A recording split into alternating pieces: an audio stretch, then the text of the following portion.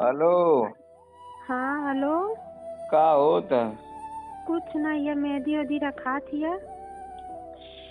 अरे बहिन, समय मान ली बतिया। चल भाग चल मोरे संगवा, मां ना रह पेबो तोरे बिना।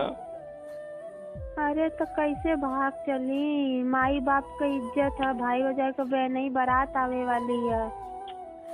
अरे यार, माई बाप भाई भौजाई की इज्जत बस 10 दिन खातिर जाही।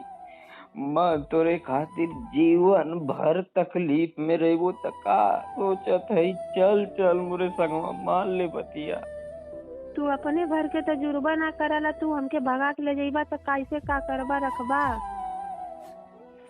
हाँ त बहिन के सही कहली कि ऊ अच्छा कमात है, ओकर परिवार अच्छा है, ओकरे पास पैसा है, ओकरे पास रुपया है, धन है, दौलत है।